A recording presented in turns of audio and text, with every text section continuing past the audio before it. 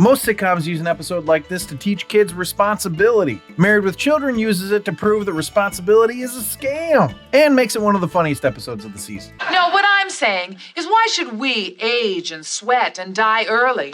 That's what men are for.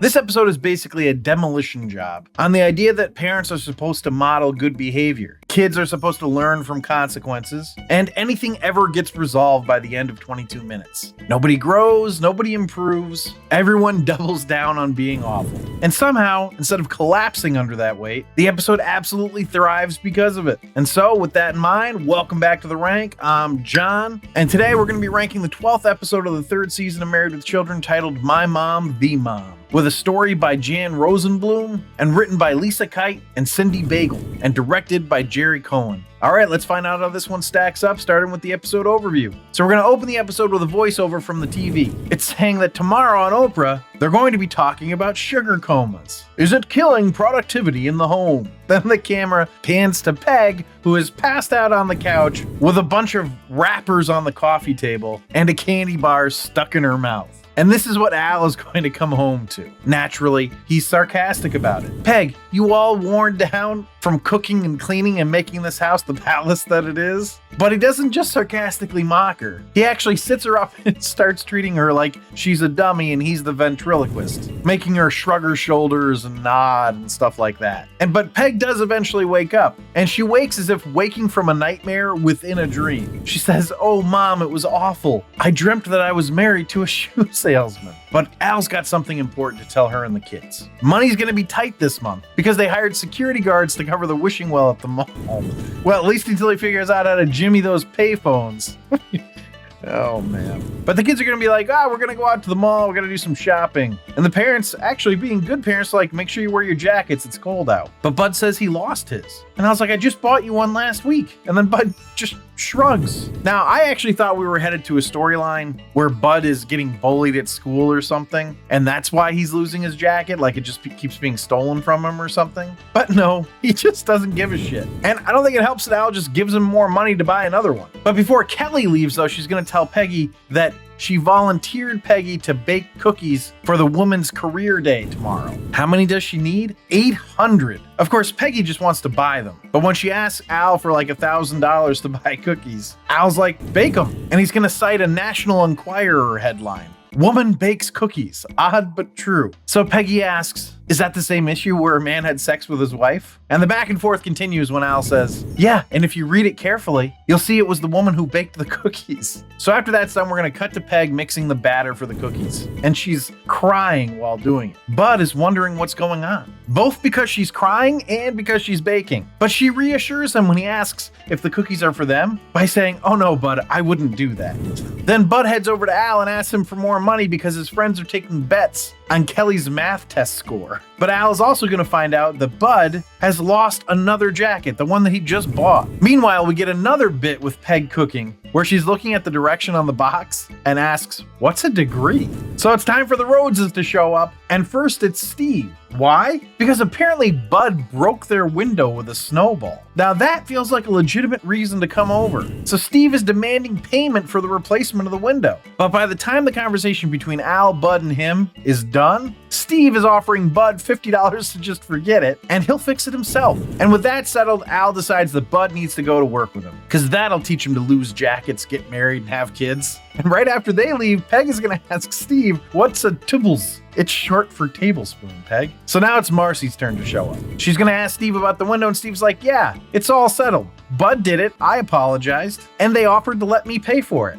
Now, Marcy probably wants to do something about this, but is torn away when she sees and hears Peggy crying. And Peg is going to end up convincing Marcy to do all the baking of the cookies. And while Marcy is getting the cookies ready for Peg, she's also trying to convince Peg that Kelly actually wants her to go to career day, even if she doesn't say it. And she does this with a crazy story about horses and stirrups and gynecologists. It was very odd, but it works. Peggy's gonna go to career day. And once we're at career day, it sure looks like Peg is bored as she's trying to flip cigarettes into her mouth. I mean, nobody is talking to her. Well, except for the teacher that gave her detention for smoking in the bathroom, and the girl's PE teacher that asked her to go home with her so they could comb each other's hair. To which Kelly says, well, if you go, she'll definitely get you out of detention. But Peggy's feeling vulnerable. She thinks she's letting Kelly down. Kelly's gonna reassure her though. She tells her that she's not like other moms. And she's known that since the first day of kindergarten when she opened her lunchbox and saw a dollar bill and a map to Burger King. And then they bond over their ability to forge Al's signature on his checks. And how when Kelly was upset because when she was 7 or something, a boy she liked preferred blondes, so Peg bought Kelly her first hair bleaching kit. So then they decide they should just ditch the whole thing and go by the construction site and make them catcall them. But before they leave, a girl's gonna come up and ask Peggy what she does for a living. And Peggy's like, nothing. I mostly just watch TV. And of course the inevitable response is, but how do you make money? And Peg's gonna say, well, I take it from my husband, which gets this girl pretty interested. Before we go further with that though, we're gonna visit Al and Bud at the shoe store. We only see Bud at first though, and he's asking why he has to be there. Al from somewhere off screen says, I want you to see what I do all day. And then we hear a toilet flush. You can't go through life asking for money you haven't earned, is what Al's trying to teach Bud. He goes on to give an example. Remember the fat woman that he sold shoes to a little bit ago? Well, that was a $20 sale, which means that Al made $1.97 in commission. And after taxes, Social Security, and Peggy, he's made himself a cool nickel. Then he's like,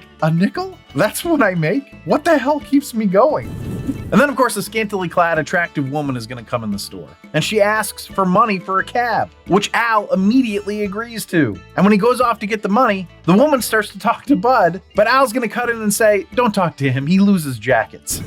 But she's going to say she lost her wallet, which is why she's asking for the money, which she wouldn't normally do. So Al is going to kindly help her by trying to retrace her steps, starting with her shower this morning. But Bud is actually kind of annoyed. Why does he get a lecture about responsibility for losing his jacket, but she doesn't for losing her wallet? And then Al and Bud look at her and he says, when you have skills like that, you don't need responsibility. And then he decides that Bud's gonna do what he did when he was a kid. Bud's gonna start a lemonade stand in the middle of winter. So with that sage wisdom, we're gonna go back to career day and get some more from Peggy this time. She's teaching the kids how to steal wallets and how to eat a bonbon, and even how to make sure you don't have to watch sports by setting the TV to the channel you want and then taking the batteries out of the remote. And one of the girls is gonna be like, so you're saying jobs are stupid? And Peggy answers, only for women. Why should we age and die early? That's what men are for. Then to top things off, they find out that the way she got the cookies was to trick a neighbor into baking them. They're gonna start chanting her name. Even Kelly's gonna say that she wants to grow up to be just like Peggy. She wants to do nothing. She wants to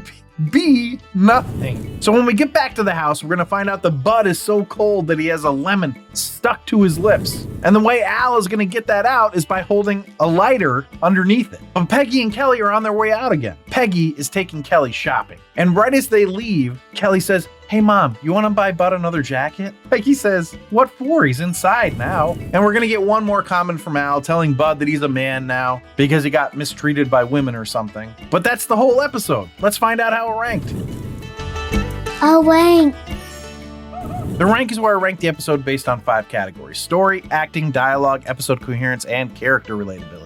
I rank it on a scale of 1 to 5, 1 being the worst, 5 being the best. And then I have a laugh counter where I tally up the amount of times the episode made me laugh. 1 point per laugh out loud gets added to the score. But before I dive in here, I just want to say, if you're enjoying this video, please leave a like down below. It really does help me out. But without further ado, first category is story. And this took the very familiar family sitcom story of teaching responsibility and turned it on its head. Nobody really learns anything and nothing gets resolved. It's like a Three Stooges skit, just total chaos from beginning to end. So from that standpoint, it's probably not a great story because there's really not much of an arc to it. But also I think this story is kind of perfect for what this show is. So I gave it a 4. That brings us to acting, and the acting was good. I enjoyed everyone in it. The guest stars weren't blowing my socks off or anything, but they weren't bad. So I decided to give it a 3.75. So that brings us to dialogue. The show continues to be really funny. And I like that they took a very common family sitcom story and made it their own. I gave dialogue a 4.25. So this brings us to episode coherence. And well, as mentioned in story, There really didn't seem to be too much arc in this episode. I suppose the only real arc is that Kelly and her classmates get to see her mom's value in like a warped way. Either way, it's kind of episodic more than coherent. Character-wise, it worked though. I gave it a 3.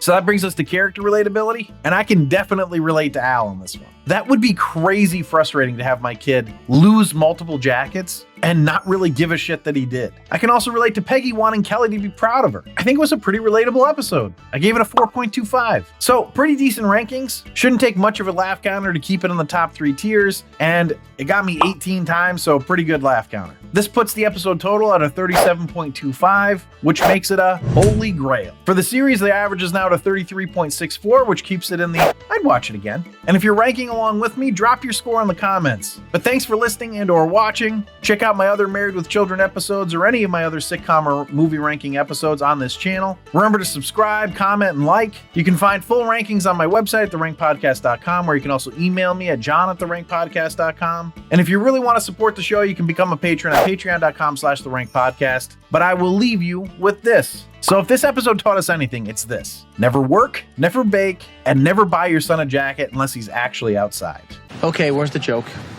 What joke?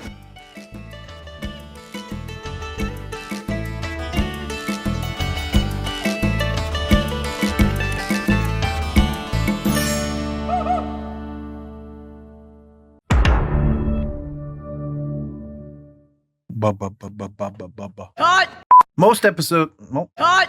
Most sitcoms use an episode like this to teach kids. Nope, let's try it again. We start reshooting tomorrow from the top.